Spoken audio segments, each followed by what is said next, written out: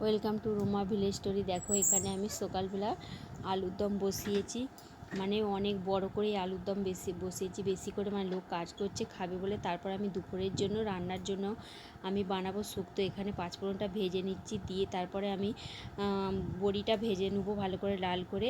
বড়িটা ভাজা হয়ে গেলে আমি এখানে কেটে রেখেছি ডাঁটা, মানে সজনা ডাঁটাকে ভেজে নিচ্ছি, ভাজা হয়ে গেছে। তারপর আমি ওর মধ্যে তুলে দিচ্ছি বেগুনটাকে ওর মধ্য দিয়ে একসঙ্গেই ভেজে নেবো। আমার ভাজা হয়ে গেছে। তারপর এখানে করলাটা ভেজে নিয়েছি, দিয়ে ওর মধ্যেও দিয়ে দিচ্ছি কাঁচকলা, দুটোই একসঙ্গে নেড়ে নেবো। তারপরে এই সবজিগুলো দিয়ে দিচ্ছি, আলু, রাঙালু আর গাজর দিয়ে দিচ্ছি, ওটাও ভাজা হয়ে এসেছে। ওর মধ্যে দিয়ে দিচ্ছি লবণ দিয়ে দিচ্ছি। তার মধ্যে দিয়ে দেবো আমি একটু হলুদ গুঁড়ো, আর দিয়ে ভালো করে মশলাটাকে আমি ভেজে নেবো। দিয়ে এবার ওর মধ্যে দিয়ে দিলাম জল, দিয়ে ওইটা সেদ্ধ হয়ে এলে এই পাশে আমি মশলা করছি, মশলাটা বেটে নিচ্ছি। দিয়ে এইদিকে আমি তারপর আমার সেদ্ধ হয়ে গেছে, দিয়ে ওর মধ্যে ওইগুলো সবজিগুলো ভেজে রাখা তুলে দিচ্ছি, দিয়ে আমি মশলাটাও ওর মধ্যে দিয়ে দিলাম, দিয়ে আমার একটু ভালো করে সেদ্ধ হয়ে এসে, দিয়ে এবার দুধ দিয়ে দিচ্ছি, দুধটা গুলিয়ে রেখেছিলাম, ওর মধ্যে দিয়ে দিচ্ছি দুধ। তারপর আমি দিয়ে দেবো ওর মধ্যে একটু স্বাদ অনুযায়ী মিষ্টি। শুক্তোর মধ্যে একটু মিষ্টি লাগলে শুক্তোটা খুব সুন্দর ভালোই লাগে।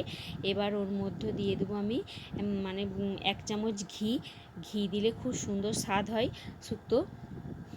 তারপর আমি ঘি দিয়ে শুক্তোটা আমার প্রায় কমপ্লিট হয়ে এসেছে দেখো। তারপর উপর থেকে আমি ছড়িয়ে দিচ্ছি পাঁচফোড়ন, মানে গুঁড়ো করে রাখা। তারপর এখন তোমাদের দাদাভাই এখানে পাঙাশ মাছ নিয়ে এসেছে বাজার থেকে। মাছগুলোকে আমি ভালো করে ভেজে নেবো। পাঙাশ মাছ একটু ভালো করে ভাজতে হবে, নাহলে একটু আঁশটে গন্ধ ওঠে। ভেজে নিয়ে আমার ভাজা হয়ে গেছে দেখো। এখানে মশলার জন্য আমি পেঁয়াজ তুলে দিয়েছি। তারপর আমি আদা রসুন পেঁয়াজ দিয়ে করবো মাছটা। তারপর এখানে আদা রসুন একসঙ্গে বেটে রাখা দিয়ে দিয়েছি, দিয়ে ভাজা হয়ে এসেছে।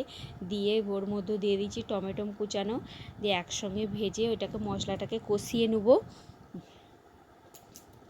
তারপর ওর মধ্যে দিয়ে দেবো লবণ, এবার দিয়ে দেবো হলুদ গুঁড়ো, তারপরে দিয়ে দেবো লঙ্কার গুঁড়ো, দিয়ে মশলাটাকে ভালো করে কষিয়ে নেব। দেখো মশলা প্রায় কষানো হয়ে এসে মশলার মধ্যে দিয়ে তেল ছেড়ে গেছে। উপর থেকে দিয়ে দেবো ধনে পাতা কুচানোটা দিয়ে মশলাটাকে কষিয়ে নেব। বন্ধুরা কেমন লাগছে দেখো, ভালো লাগলে একটা কমেন্ট করে জানাবে। দিয়ে আমি ওর মধ্যে একটু জল দিয়ে দেবো। দিয়ে আমার পাঙাশ মাছটা প্রায় হয়ে গেছে। ভালো লাগলে একটা লাইক করো, সাবস্ক্রাইব করো। আমার ভিডিওটি এখানেই শেষ করলাম।